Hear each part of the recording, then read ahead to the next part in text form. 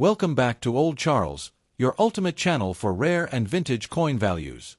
Today, we're diving deep into the fascinating world of Australian currency, and we're focusing on the 1981 Australian 50-cent coin. Is it just pocket change? Or is there hidden value that could surprise you? Let's find out. To understand the 1981 50-cent coin, we need to go back in time. Australia introduced the 50-cent coin in 1966, but the first version was made of 80% silver, and people started hoarding them due to their high silver content. So in 1969, the Royal Australian Mint changed the design and the composition, replacing it with a 12-sided copper-nickel version, which is the one we still see today. Now, let's fast forward to 1981, a year when over 36 million 50-cent coins were minted. Interestingly, the demand for coins in 1981 was so high that not only the Royal Australian Mint, but also mints in Canada and Wales, UK, were contracted to produce these coins.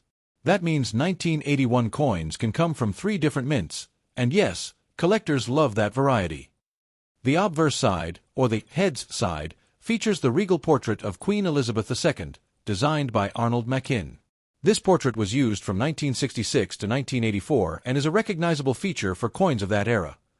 Flip it to the reverse, and you'll see the Australian coat of arms, a beautifully detailed design featuring a kangaroo and an emu supporting a shield with symbols of the 6 Australian states.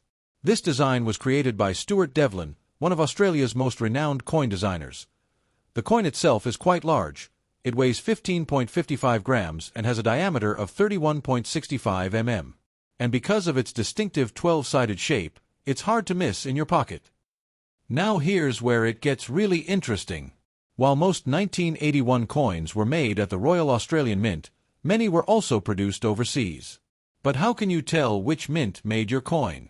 Look for subtle differences in the rim, font, and strike quality. Though these aren't officially marked, expert collectors have studied minute details to identify coins from Royal Australian Mint, RAM, *** Royal Mint in Lantricent, Wales, UK, *** Royal Canadian Mint, RCM, *** the Canadian mint coins often have a more rounded relief and softer edges. Identifying the mint can increase the value, especially for coins from the Canadian batch, which are a bit scarcer. Alright, let's talk money. If you've got a circulated 1981 Australian 50-cent coin, its value is usually between $1 to $2 AUD, depending on wear and condition. But if you're lucky enough to own a coin in UNC, uncirculated, or proof condition, the value can shoot up to $10, $20 AUD. Sometimes even more if it's graded by a reputable company like PCGS or NGC. And remember, coins minted by the Royal Canadian Mint are more desirable among collectors due to their relative rarity.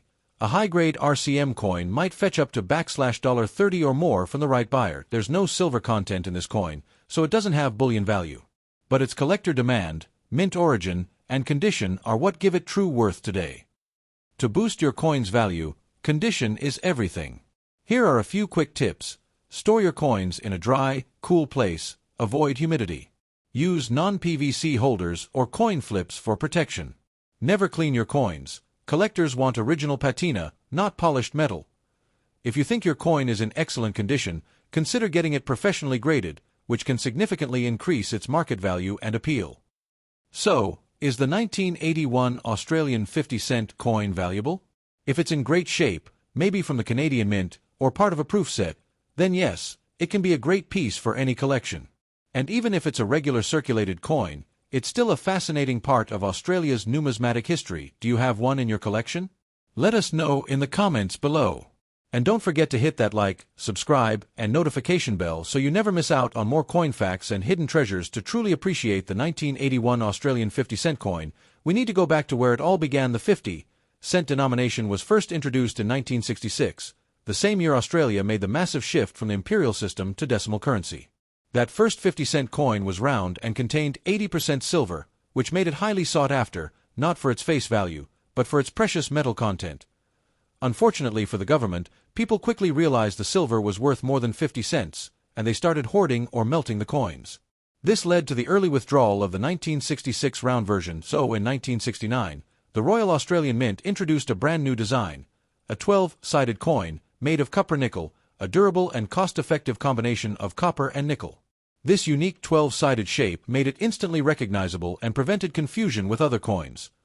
Now fast forward to 1981, a year of high demand for coins in Australia. To meet this demand, the Royal Australian Mint couldn't do it alone. So they outsourced production to two other mints: the Royal Mint in Llantrisant, Wales, UK, the Royal Canadian Mint, RCM. That means the 1981 50-cent coins in circulation today could have been minted in Australia, Canada, or the United Kingdom, and that's what makes this particular year special for collectors.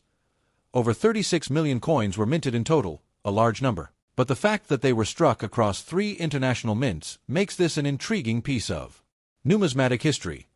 When it comes to coin collecting, condition is king, and the same applies to the 1981 Australian 50-cent coin. The condition of a coin directly impacts its value, collectability, and market demand.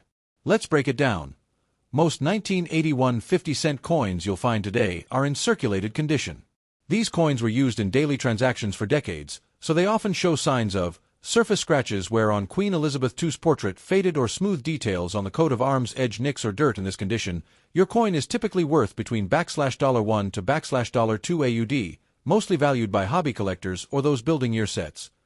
Coins in XF or AU condition still show some signs of wear, but the designs are mostly sharp, and the high points, like the emu's feathers or the Queen's crown, are still visible. These coins may be worth around $3 to $6 AUD, depending on demand and mint variety. Now, here's where it gets exciting. Coins in UNC condition have never been used in circulation. Their surfaces are clean, the details are sharp, and the original mint luster is intact. These coins are often stored right after minting, either in coin rolls, sets, or protective holders.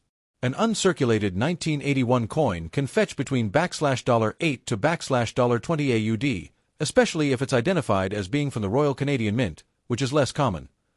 There are also proof versions of the 1981 50-cent coin. These were not meant for circulation. Instead, they were minted with special dies for collectors.